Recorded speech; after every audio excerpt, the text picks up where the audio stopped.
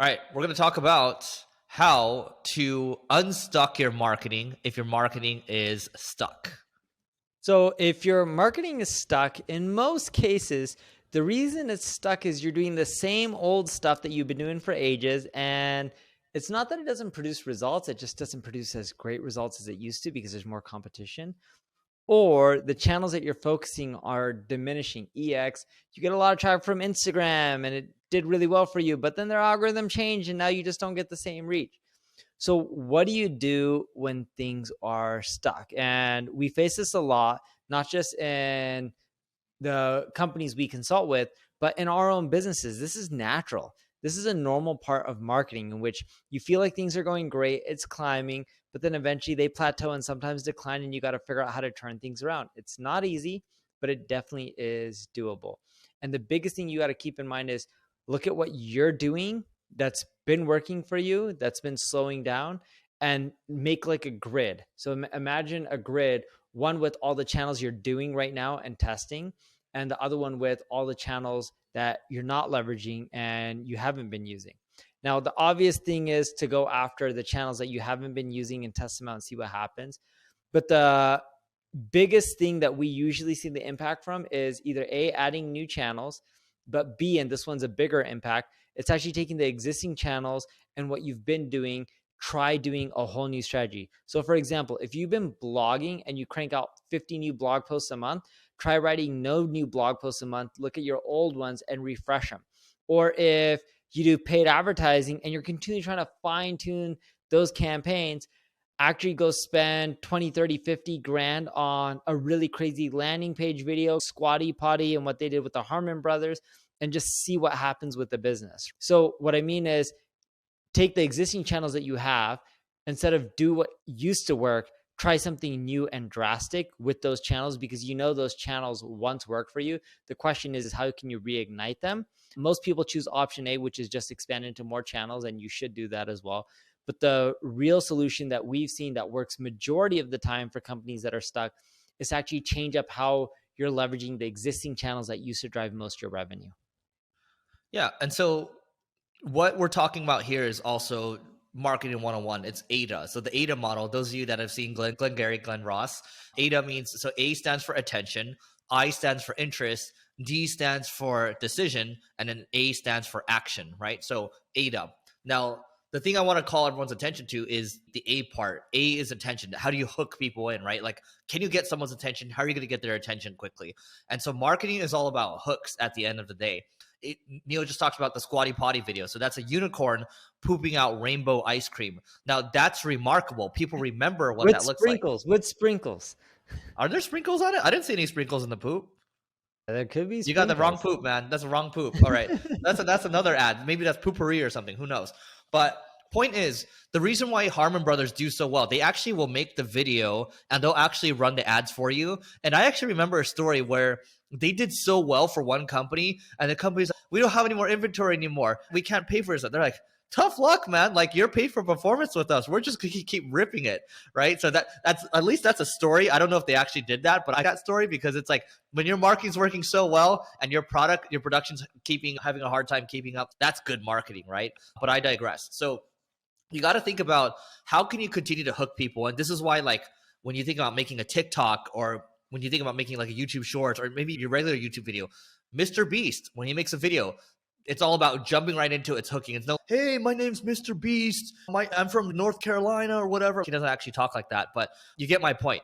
Get to the point. How do you hook people? When you do make like a short, within like the first 2 or 3 milliseconds, you got to hook them in, right? So that means whatever your channel that you're playing on, think about it's a different style of hooks, right? YouTube long form is different versus like short form. So keep that in mind. So that's one piece of it.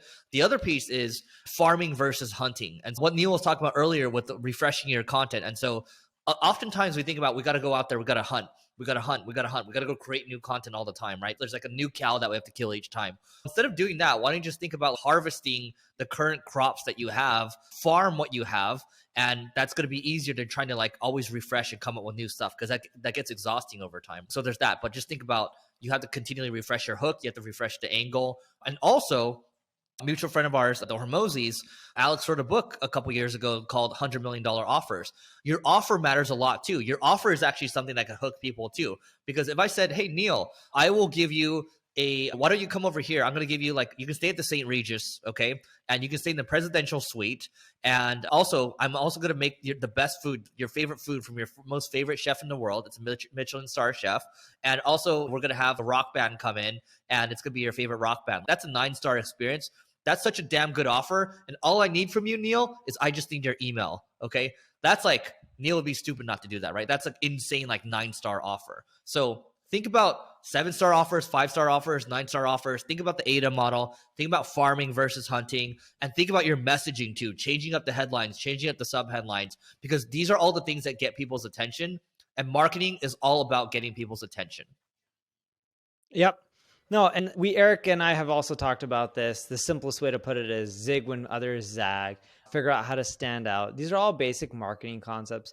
But the big thing is, if you're going to take away one thing from this video, look at your existing channels and how do you change them up. Adding new channels, yes, can help you get unstuck.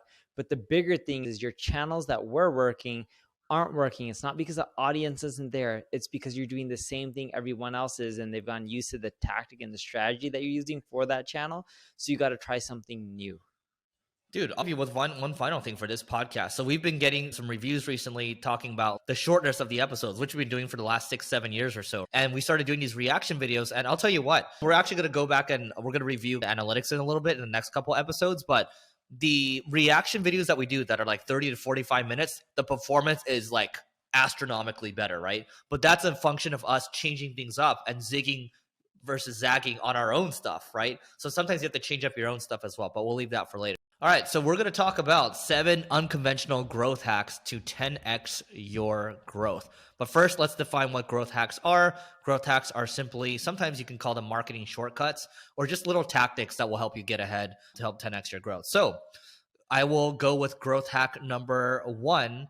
Growth hack number 1 is using a tool like Hype Fury. So Hype Fury, you can use a tool called Typefully. I almost got the two confused, but these are both Twitter tools. And the cool thing about Hype Fury is that if you tweet a thread, it'll actually push it over to LinkedIn as well. And they'll actually make a carousel for you to put on Instagram. So instead of you having to do all the work manually, it'll help do it for you. And then also using a tool like Hype Fury, it'll give you ideas to help you overcome writer's block. So that's the first one.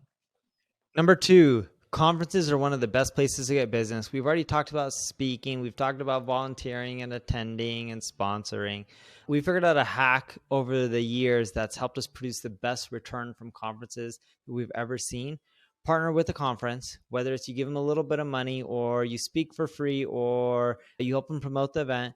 In exchange, they help you set up one-on-one meetings with the biggest companies and players there. And it needs to be aligned, right? What value can you provide them? They'll also want to meet with you. They can't force the meeting. And if they set up 3, 4, 5, 6, we usually try to get 8 meetings in within 2 days. And we close really large enterprise deals from that. It's one of the best growth hacks. Every time I fly to an event, we try to do that for every single conference. Oh, that's really smart. You didn't tell me that one. That's a good one. All right, number 3. Number 3 is I'm going to do ChatGPT plus Riverside. So we can't go by a block of episodes without talking about ChatGPT. So for Riverside, that's our podcast, the podcast product that we use to record. So it's super high quality videos, right? And there's a lot of bells and whistles. And one of the bells and whistles that comes with it is the transcription feature. So it'll automatically transcribe using AI. And then what we do with that transcription is we dump it into AI. So we dump it into ChatGPT and we say, hey, can you summarize? Can you make a blog post of the topics that we covered? So in this episode, we can put it in there and it'll basically make it into a 500 or 600 word blog post. And then we'll send it to our editors. The editors will expand it a little bit. And then we'll add in links. We'll add in statistics. We'll link inside, link outside as well. And add some trends into the blog post and maybe some embeddings. And then it basically cuts our time to produce a blog post down by 75 to 80%. And so you can imagine that it saves us a lot on cost too. But in this scenario, because this is a podcast being converted into written, it's actually it's repurposing something that we historically haven't really repurposed. We've always done the show notes in the past. So that is one way of going about it, ChatGPT plus Riverside.fm. Number 4. So with LinkedIn, the best way to get engagement, and we'll talk about this a little bit in our next podcast, is to have other really popular accounts comment on your profile.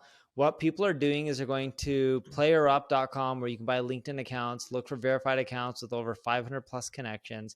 Anything less than that doesn't work.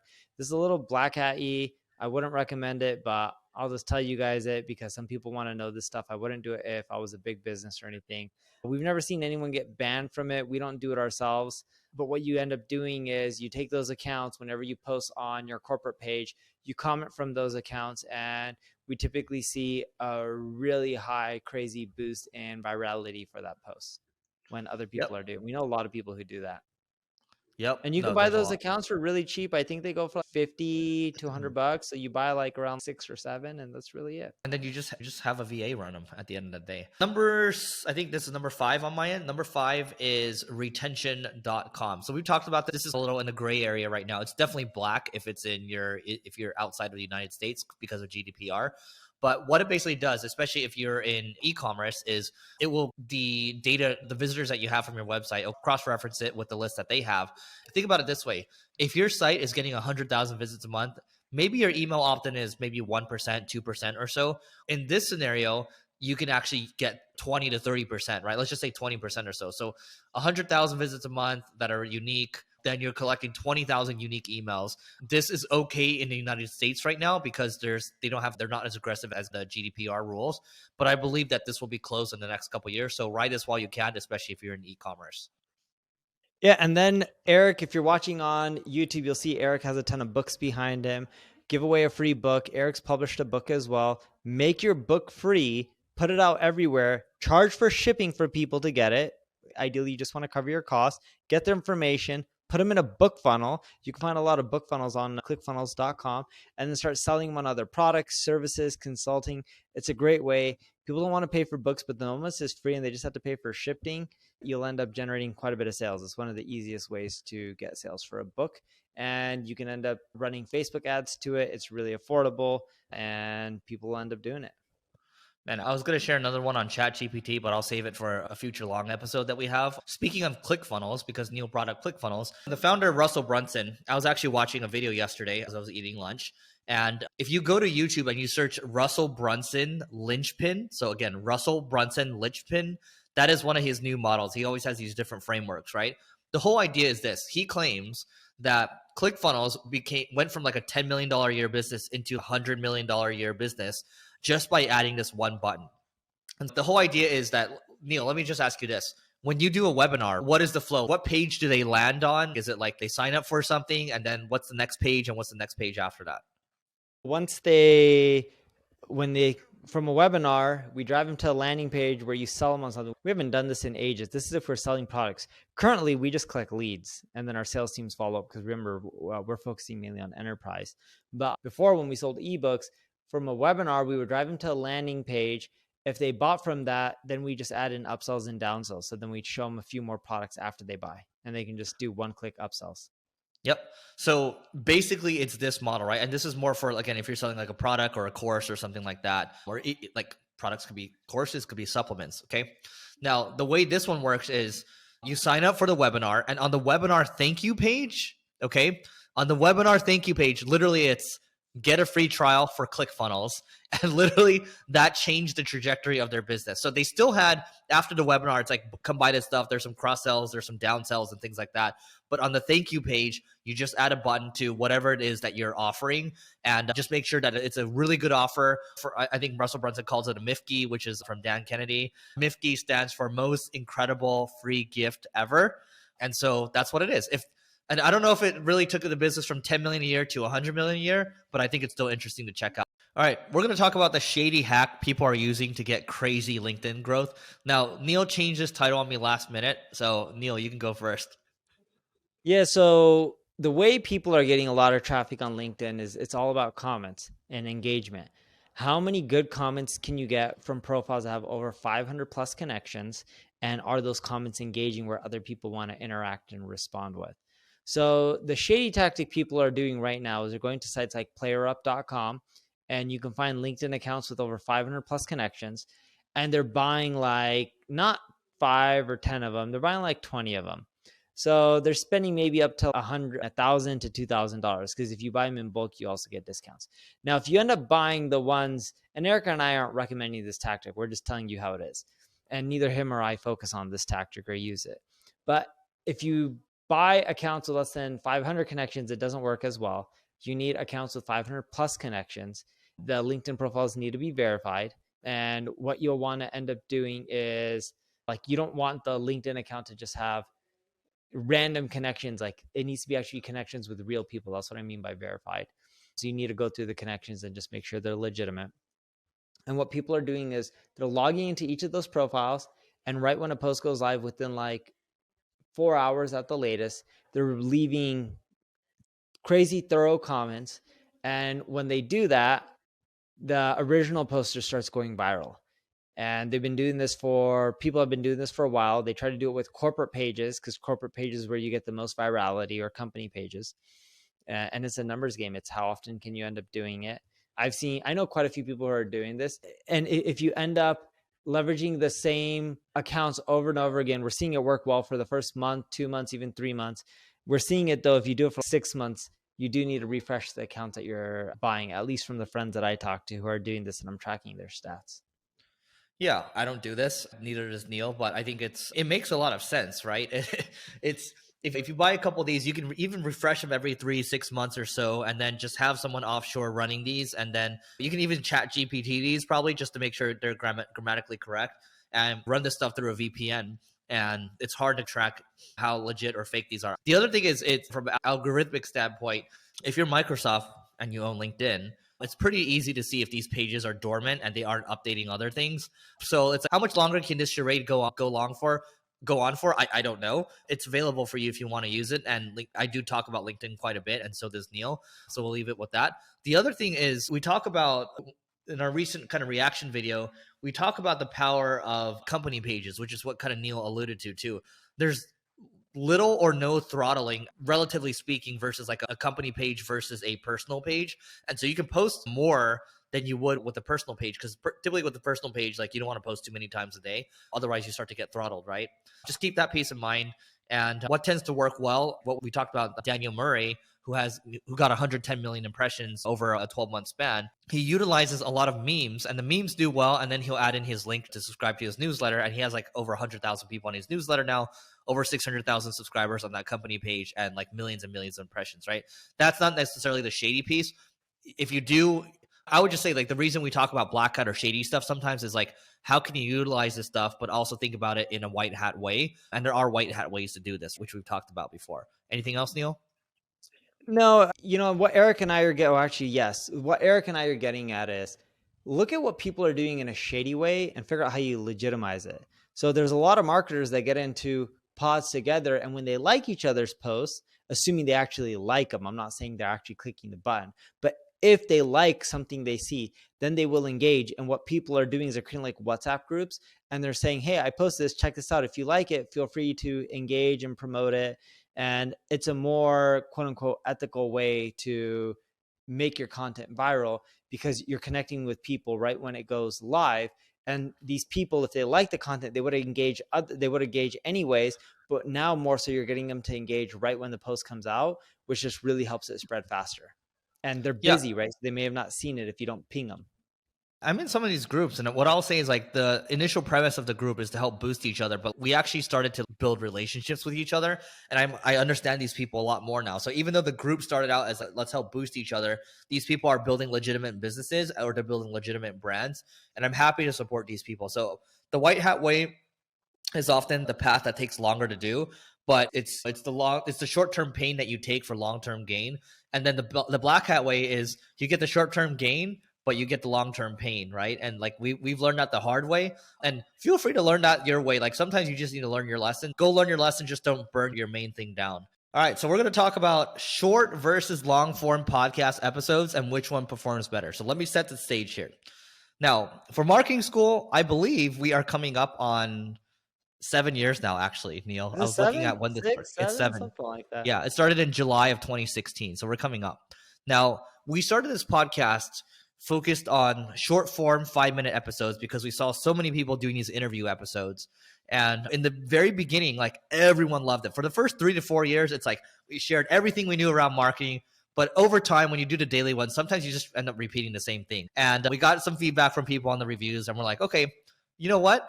We'll show you a different way. And so we show them a different way. And we just completed 2 of our reaction videos. And these are longer forms. Let's forget these. Let's not use the word reaction videos. I think the wrong type of verbiage. Just think of it as You're the we're wrong doing type short of form verbiage. episodes and long form episodes. Our episodes were 5 minutes on average, and now we're trying 30+ minute episodes. Vernacular. Longer form or reaction, whatever you want to call it. So Yeah, but it's just easier to understand from a marketing standpoint, right? When we're breaking down the stats. Yes, you're right. We'll go with long form, what Neil's saying. And look, we want to show you some stats. If you're on YouTube right now, I'm going to show you the stats that we have on our Apple podcast, and I'll show you how a long form episode performs versus a short form one. Again, short form is around 5 minutes or so, and then our longer form ones are about 30 minutes plus. This is a short form episode. So Neil, can you read out what you're seeing maybe on the plays and the consumption? So this is just Apple Podcasts, and Apple Podcasts for a recent episode is 840 listeners. This must be a really old episode. Is it? It's not old. No, Apple tends to underreport kind of the data, but I do like the consumption and the plays data. So let's just look at things from like a ratio. 1,800 plays. And average consumption is 68%. Okay. Now, so this is a short form 5-minute one. Again, these are not like the Apple stats aren't the most. When you compare them to like Chartable or you compare them to Megaphone, it doesn't look like this. It's actually much higher. Now, when you compare it to this one's a longer form video over here. So can you see this? 934 listeners, 3.4 thousand plays, and 58% consumption. And this is just on Apple. Okay. Let's break down the math over here. 58% consumption on a 35-minute video. That's 20 minutes, okay? So 20 minutes times the number of listeners, or the number of plays, you can even say, right? That's much higher on like a minutes listened to on this episode, okay? Now, let's compare to this one. So again, this one got 3,400 plays, almost double the 1.8 over here. And plus, like on a minutes comparison, the longer form has a lot more engagement. Does that make sense? Yeah, but listeners, I'm assuming means unique people who are listening. The listeners wasn't, what's the other number? So one's 840. Yeah, 840. So the engaged listeners, what that means is they actually have to listen to either 20 minutes or 40%. So it's actually not fair because that favors the smaller one. So I would ignore that metric. Yeah, but let's look at listeners. 840. What's the other one on the longer form? 937. 937. So you're looking at roughly a 10% difference from the long form to short form for listeners, but you are seeing quite a bit more plays and listening time. And by the way, this is our very first one. I think we're going to see more compounding over time. It's just the quality of the content, right? The quality of the content, the way I want you to all think about this is the quality of the content.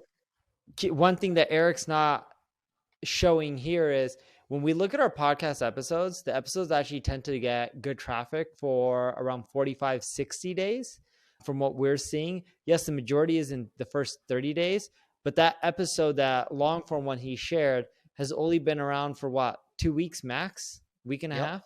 So it hasn't even been a full month, while the one he compared it to, how long has that episode been around? No, that was the day before. Oh, okay. So similar. Yep. So here's how you want to look at it, right? It's that if you have high quality content and you put it into a tool like Chartable, it's actually going to show you the retention rate, right? The cohort retention rate. If they listen to something really good, what are the odds that they're going to want to come back for the next episode and the next episode? So your job when you're producing content is part of the reason, like part of the thing with email marketing is you want people to look forward to the next email. Same thing with your content. You want people to look forward to your next piece of content, right? I'm going to try to pull up another chart over here, literally from Chartable, no pun intended. And you can see a little retention thing over here. So I'm going to pull this up. And what we're trying to break down is really good because it's an apples to apples comparison. Usually people talk about short form versus long form, but everyone has different audiences and people tend to only do either long form or short form. It's very rare that a podcast does both. So we're able to really compare to see how we do versus others. Yep. So it's already gone like past the, let's go over. Yeah. Yeah, I think we're too far past now. But anyway, here's how you want to look at this, right? A cohort retention chart, if you're reading this on YouTube right now, is you're reading each row, and each row is an episode, okay? And then each column is what percent of them actually return to watch the next episode. And so this episode over here on how YouTube and Spotify are changing the game, you can see that this one actually performed pretty good relative to the other ones, right? So 66% will come to the next one, then 33%, then 36%. What you don't want is you don't want to see like a huge drop off. And so we know that if we continue to do these types of longer form videos, we're going to see a less of a drop off, and we're going to get more people returning, and then our But that's downloads a are going to YouTube compound one. more. What's the long form episode one? Is that I'm it? trying to I'm trying to find it right now. When did we Because we have publish so many episodes. the long form one? We published over here. We're just doing this in public right now. One second. You know, it's Oh, so funny. okay. So March I haven't 25th. looked at our downloads in a while. I'm like, that's pretty good. 50,000-ish downloads a day. Point being is we're going to continue to do these longer form ones, and we'll probably start to phase or do less of the short form ones. Yeah. And what Eric and I are hoping for is the engagement from the longer form episodes makes people want to listen to more episodes in the future.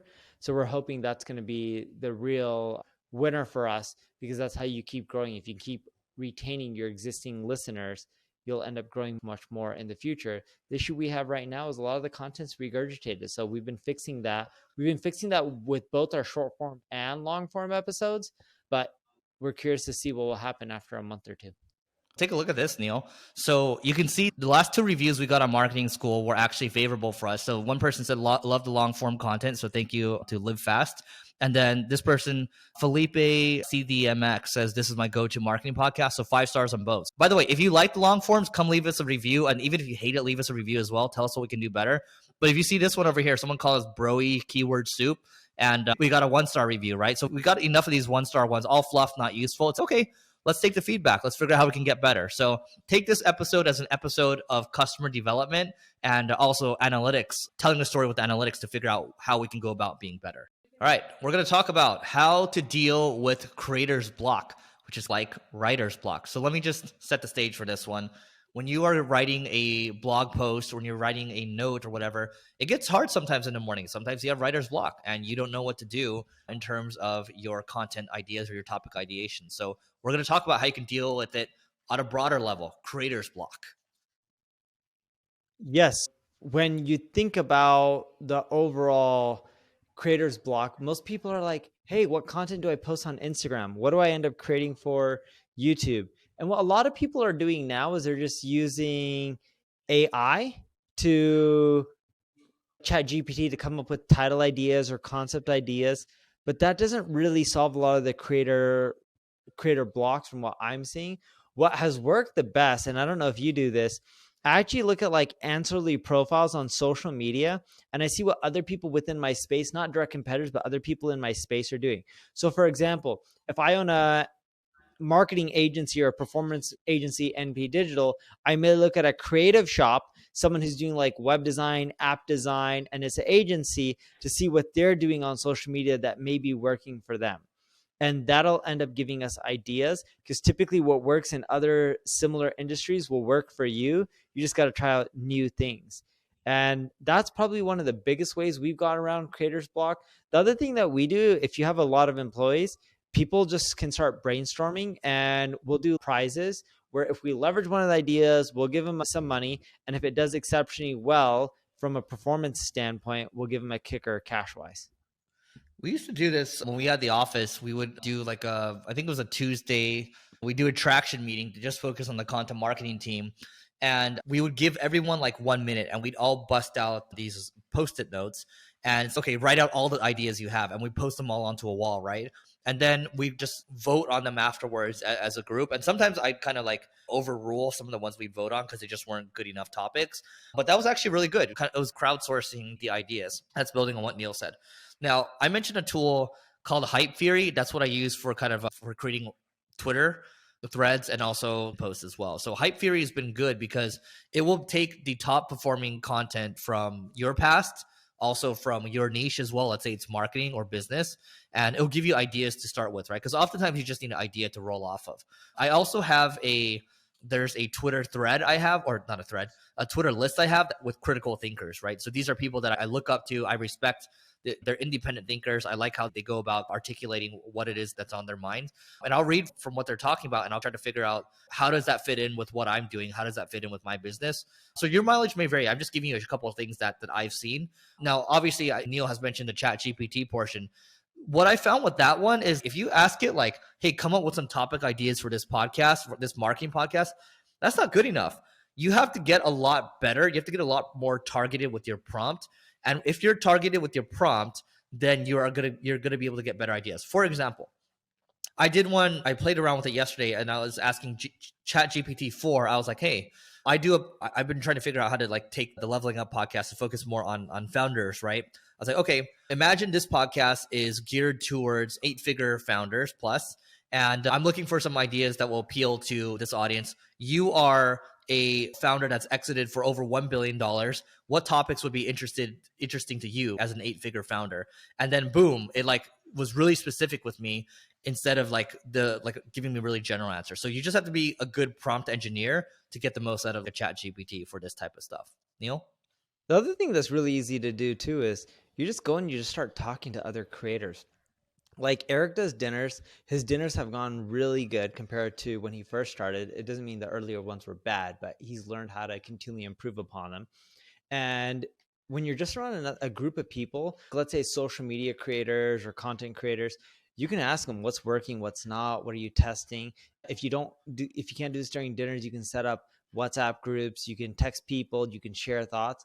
Like this is the kind of stuff that'll help create a lot of inspiration, and you can have people in there that are in totally different segments or sectors than you are, so you're not competitive, and this will just help you come up with a lot of ideas.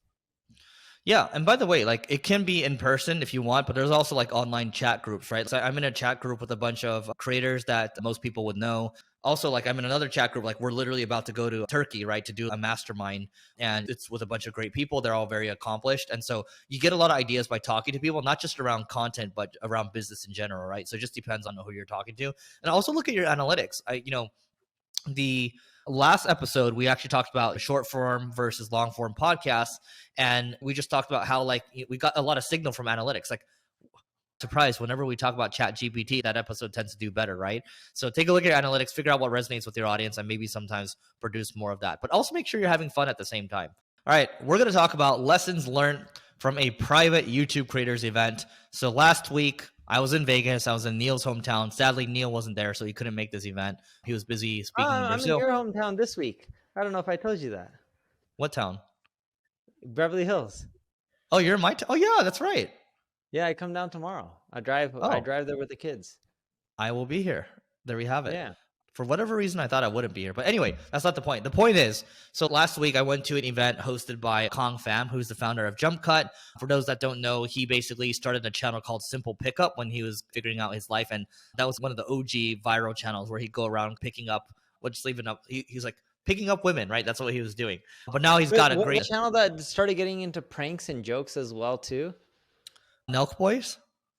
No, I'm saying him. Didn't he convert his channel? They were doing like prank stuff or joke stuff, or no? Or yeah, I think he did. Channel? No, I think it's a dating one. I think he had another one for pranks. I think you're correct. But main thing is he's very connected in the YouTube creators world. So at this event in Vegas, I'm going to share a couple of things I learned, and then Neil and I could go back and forth here. But he had a lot of creators there. One it was like a duo here. Like they have a Sam and Colby. They have a YouTube channel where they just focus on going to haunted houses, right? And then Kong was there. His channel was 2.5 million. There's like another person that has like a 2 million channel or so. And I met some OnlyFans creators as well. They do really well on Twitter. I met someone else that does really well on TikTok. And I'll share a couple of things over here, and then hopefully you'll figure out, maybe you'll take a couple of things from this. First things first is when Sam and Colby, these guys are like in their mid-20s, they explain the idea of spectacle content versus relationship building content. I didn't really understand it even fully until yesterday when I watched one of their videos. But spectacle content is like Mr. Beast. It's I'm going to crash a plane onto a desert island or whatever, or I'm going to give away an island. Cool. And yeah, it's Wait, did he actually right? crash a plane on a desert island? No, I think there's one where he crashed a plane, but there's another one where like they had to survive in like a broken plane or whatever it is in the forest, and that was hard. You know what you should do? How many days could he survive in an airport for free, like without spending money? like lounges, showering in the airports. I've thought about that because I'm in the airport so often. He probably would do that. Maybe he has, but spectacle content it's very like hype driven, right? There's a lot of work that goes into it, and you have to keep like outdoing it, right? Now, relationship building content. When I saw Sam and Colby yesterday, it's okay. You go to a haunted house, then why is your haunted house video like 1 hour? And what I learned yesterday, it's like, oh, like it's actually you're building relationships with like the people that are the characters that are actually in the video itself. And so at the very end of it, I was like, I was on the edge of my seat. I was like, oh my God, what's going to happen next? And I cared about the characters. What I've learned from this is that spectacle content, sometimes it's hard to build a relationship, right? Because it's like, it's on to the next video. That's why with shorts are very much spectacles too. And so sometimes it's about going deeper. And when you go deeper, you're able to connect better with your audience. And sometimes you're going to be able to get a better ROI. And so your mileage may vary. I thought that one was interesting. Any thoughts on that, Neil? No, that's really cool. I didn't think about spectacle content the way that you ended up breaking it down. I don't know how to do spectacle content in B2B where it's enterprise and it's not as sexy, but relationships, you can definitely do that. Yep. And so another one is, you think about it like maybe you're not a YouTuber, but how do you connect creators from different spaces together? How do you bring that open space? Because that's what Kong did. He brought up a lot of amazing people together, and then magic was created. Like, for example, I met a poker player. He's only 25 years old. He's been playing poker for 4 years, and he'll play these games where it's like Moth Polyhepatia, David Freeberg. These VCs will be in on these streams, and he's done really well for himself. Sometimes he'll make 6 figures in a pot. And all that to say is bringing people together, the networking piece is also amazing. But the other piece I learned too is that a lot of these creators, they don't know the business side of things. They need an operator. And that's what I'm seeing. Like we're seeing more and more of that. Like Reed Ducksher, Mr. Beast manager, they raised a bunch of money from TPG just to help connect creators with theirs and buy businesses for them and create them together. Wait, who raised money from TPG? Mr. Beast did? Mr. Beast manager, Reed Ducksher. Does that make sense? Oh, for his own company, he raised money from TPG. It's like because he has Night Media. I think this one's like Night Media, but it's like for creators. And the whole idea is we're going to partner you up with a business and an operator, and you just focus on creating and bringing the traffic. It's actually very similar to what you do with MP Digital. Oh, cool. Yeah. So that's another piece. And then I'll work towards landing the plane here. The other thing I learned is, look, everyone has different funnels, right? There's one gal, she does OnlyFans. Again, we've talked about this in the reaction video. No judgment, but Twitter is her main funnel. The other person, his main funnel is LinkedIn, right? And then he does really well for himself, multiple 7 figures a year. The other person's Tanner's Instagram, he's done really well. Tanner? Oh yeah, Tanner Chittister. Yeah. He does really well from Instagram. That's his channel. But the funny thing with funnels is everyone will tell you, here's a good way to do a funnel. This works. There's not one right or wrong way to do a funnel. You got to figure out what works for you. What works for other people may also work for you as well. But you just got to figure out what resembles what you want to push across. Like some channels are more aggressive than others. Like when you do the webinar funnels, those can be super aggressive. But at the same time, some people are okay with it. ClickFunnels has really aggressive marketing.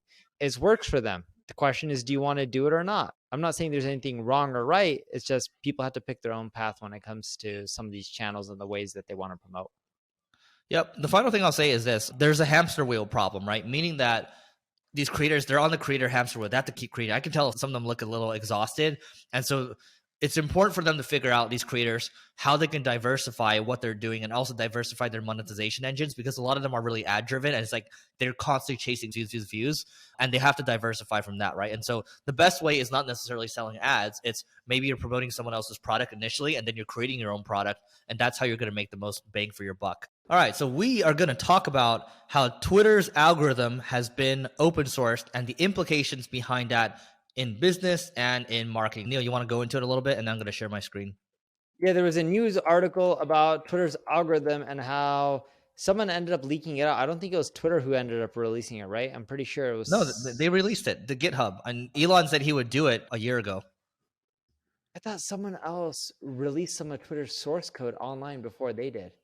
No, they've been releasing everything. The Twitter files, they want to make it open source. Like, he's trying to build accountability. Oh, okay, that's great. So he's releasing his source code, and the moment it is open source, the other thing you're going to end up finding, which we're already seeing right now, is a lot of other players using some of the code to go and create copycats. And in marketing, if you make it easy for other people to copy you, you are going to get copycats. It doesn't mean they're going to be successful, but it does mean that you are going to get more copycats. And that is one thing to keep in mind. But on the flip side, it ends up building out a lot of trust. If you end up releasing everything out there, you're letting people know what you're doing, you're actually building a bigger sense of community than if you didn't do that, which I thought was a really smart move on Elon's end. I know that he promised that he was going to do it. I didn't realize that it first started with them. I actually thought that someone else ended up releasing parts of it and then they went and released everything. Yeah, as much as people hate him, I know one of our negative reviews is like broy tech soup. They worship Elon. It's, no. He actually builds good products, and the guy doesn't need to work anymore. And this is one of those things, like, he doesn't need to open source. He doesn't need to reveal all these things with the Twitter He files, doesn't need right? to build his own city. No, he doesn't need to go to His own Mars. He doesn't need to education. do all this stuff. Doesn't need to like all the implants that Starlink. By the way, have you used Starlink? I just used it for the first time flying back this weekend or flying to Vegas. Yeah, I'm like, whoa, like Starlink's amazing. So, dude, so I was looking at the cost to put JSX in a plane. It's 15 to 25 grand, I believe, was the cost on a monthly basis. It's expensive.